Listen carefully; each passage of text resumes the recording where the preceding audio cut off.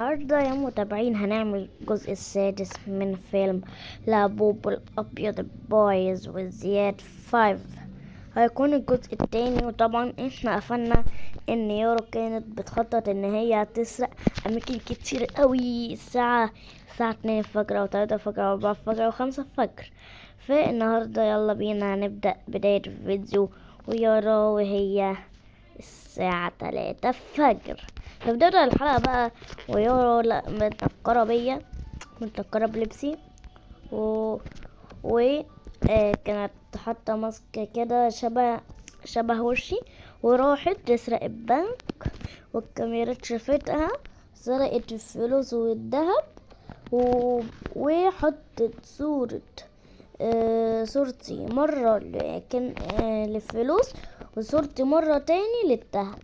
فبعديها راحت عند مكان سري تحت الأرض وخبت الفلوس فيه. وبعديها بقى الشرطة جت بعد الصبح، قال فين زياد 5؟ وانا قلت نعم حضرة الضابط، عايز ايه؟ فهو قال لي بقى انت هتيجي معايا على الاسم وهتتسجن. ان هو يعني كان بيقول ان هو طالما انا اسمي زاد 5 فهيحبسني في السجن لمدة 5 سنين، ولو اعترفت بالجريمة هيبقوا 4 سنين. يعني فين الدهب وفين الفلوس؟ بس ما عملتش حاجة، كنت عاملها اقول كده، فخلاهم بقى 10 سنوات. فانا فضلت مسجون مستني اي حد يخرجني. فبقى علي كان قاعد عند محل الالعاب قاعد بيلعب كالعادة، وبعديها سمع صوت عربية شرطة وبتمشي. فهو قال اخلص الجيم ده واطلع بقى ان شاء الله. بعديها بقى جت الشاشة على معز، وهو قاعد في البيت وبيقول له هو زياد راح فين مع الشرطي، وكان قلقان عليا. ايه هو راح لاسم البوليس، فسأل للشرطي هو انا عملت ايه؟ راح قال له ان انا سرقت طبعا الفلوس والذهب، وانا ما عملتش كده، انا بقى الحقيقي اللي عارف. فمعز قال للظابط ان انا ما سرقتش حاجه، وانا كنت قاعد معاه اصلا طول الليل بنتفرج على فيلم اكشن. و وعلي كان قاعد لسه في محل الالعاب صاحبنا، وفي واحدة تانية في واحدة تانية اسمها يارا برضو صاحبتنا، ما مش عارفين راحت فين، اصل هي كانت خرجت مش عارفين راحت فين. فهو قال الكلام ده ما يهمنيش، الشرطي بيقول كده الكلام ده ما يهمنيش. ف بقى ايه علي بقى لما خلص لعب جاي يطلع. ايه هو ثانية بس، اللي انا عملته ده يا نهار يا لهوي.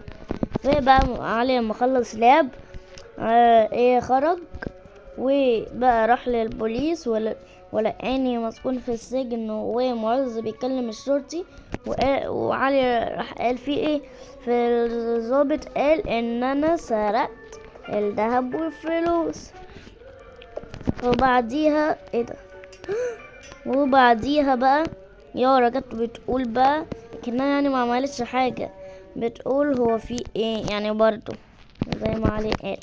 ف ف ايه انا قلت انا ما عملتش حاجة، صدقوني انا مظلوم وما عملتش حاجة، هو في حد اتنكر بيا ولبس.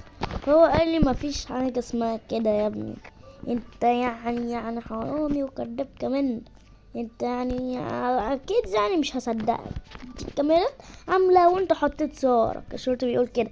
فانا قلت صدقني ما انا عملت كده. بعدها لابوبو جه قال لا زياد ما عملش كده، دي يارا اللي عملت كده. فيارا بقى لفت كده وقالت في سرها انت جيت لي منين انت؟ وبعديها الشرطي بيقول يعني ازاي ده؟ يعني هو كان ولد اللي سرق وهو زياد، ويارا بنت، ما ينفعش تكون هي اللي سرقت اكيد. يعني ايه ده؟ بعدين انت مين انت يا لابوب؟ انت مين؟ تبع مين اصلا؟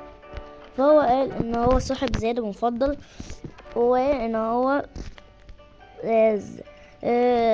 ان احنا عايز اصحابه عايشين مع بعض. فهو اخد لابوه وعمل معاه شوية اختبارات يشوف احنا اصحاب جدا ولا لأ.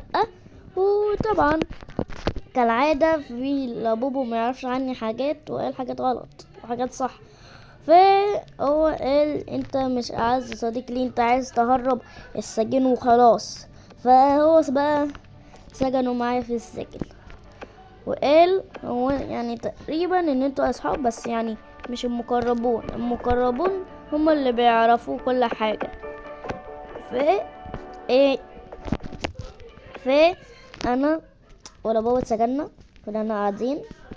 وبعدها لبوبو طبعا كالعادة هرب من السجن وانا كنت نايم وصحينا لقيت نفسي في مكان تاني طبعا. جابني في مكان تاني وجابني عند الاماكن اللي هي يارا كانت سارقه فيها الدهب والفلوس. فانا قلت له ايه ده يا لبوبو، انت عرفت منين ان يارا قصدي عرفت منين الحرامي سرق انا؟ راح قال لي انت بتعرفش انا كنت براقب يارا علشان انا كنت ساعات بتوتر منها وانت كمان يعني بتتوتر منها، يعني انت هتمثل عليا. انا قلت له لا مش بمثل عليك على فكره، انا مش مش بتوتر صدقني يا ابو، انا متوتر انا زياد 5. هو قال لي لا ده كده بتتوتر. فهو قال، فانا قلت له قصدي طب انت كنت بتلعب ولا ليه؟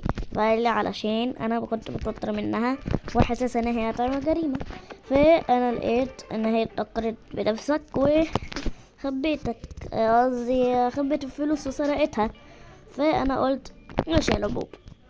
فاحنا رحنا عند البيت ويارا طبعا كانت قاعده هي وعلي ومعز، كانوا هما متضايقين ويارا بتمثل اكيد يعني ان هي متضايقه. وبعديها انا جيت انا ولابوبو وقلنا ان يارا هي اللي عملت الجريمه يا معز ويا علي، خدوا بالكم منها. فهم طبعا ما صدقوش يعني من اولها، فقالوا ان انت هتصدق كلام لابوبو، هتصدق كلام لابوبو. ف ايه ده؟ الحمد لله. ف ايه هما بقى ما كانوش مصدقيني طبعا علشان يارا يعني هما كانوا فاكرين ان هي مستحيل ما تعمل حاجه زي دي. فبعديها كيس شيبسي بالشطه. الله، ايه ده؟ استنى انا خرجت من الفيلم. فانا وقفت فين؟ فيارا بقى كانت بتقول انا ما عملتش حاجه اصلا، يعني انا ما عملتش حاجه، انت اللي بتشك فيا وبعدين ممكن يبقى حد بتلكر بيك مستقصدك. انا قلت انا مش عارف. ما ده بوليس مره واحده جه ولقانا وقال اكيد كنت عارف ان انتوا هتبقوا هنا، وكان بقى مشغل الكاميرات في كل الاماكن ولقانا ولا لابوبو صاحبني وانا نايم ودخل بيا في المكان اللي سرق. فهو عرف ان لابوبو هو اصلا اللي كان محنكر وسرق كالعاده. وبعديها سجني انا تاني ولابوبو، وطبعا هو لقانا مجتمعين كلنا فهم سجنا. ويارا قبل ما هي تيجي سمعنا احنا الشرطي جاي العربية، فيارا مرة واحدة جريت من الباب الخلفي وهربت، وبعدها هو جه سجنا احنا الأربعة. فيارا جت بقى قالت انا اسفة صدقوني ما كنتش اقصد، كان طبعا كل ده تمثيل يعني. فانا عادي خليك انت بره. انا قلت لها وانت اللي بتعملي كده، انت اللي سرقتي، انا عادي، انت اللي بتعملي كده، انت مش بتحبي لابو خلاص ما تحبهوش، انت اللي عايزه تسجنيني او تموتيني انا ولابوبو يعني. فهي قالت هو كده انا نفسي كده. لا ايه ده، لا قصدي انا ما عملتش حاجه صدقوني. وبعدين مشيت وكان ممكن تدفع فلوس وتخرجنا وكنا عندنا فلوس كتير، بس هي ما عملتش حاجه كانها نسيت يعني. فبعديها قعدت بقى في البيت لوحدها وزهقانه وقاعده تفكر يعني هتخرج معز وعلي ازاي عشان هم اصحابها، يعني مش راضيه مش عايزه تصاحبني انا ولا بوبو عشان لما جبت لابوه في البيت. اللي انا عملته آه هي بقى قالت هعمل جريمة تانية الساعة الساعة، ايوه شايفين الساعة دي بالظبط، دي شفتوا الساعة 3 ودخل على النص تقريبا. ف ايه فهي سرقت بقى بعديها فلوس تاني اكتر ودايموند اكتر، قصدي والدهب اكتر، او خلاها دايموند. وسرقت دايموند سرقت دايموند وكتير بقى وخبيته في نفس المكان. وكانت بقى الدنيا ساعتها كانت مغيمة، والكاميرا ما كانتش جايبة حاجة، وكاميرات، وفي حد عطل الكاميرات، حد ايه بقى ما احنا منعرفوش.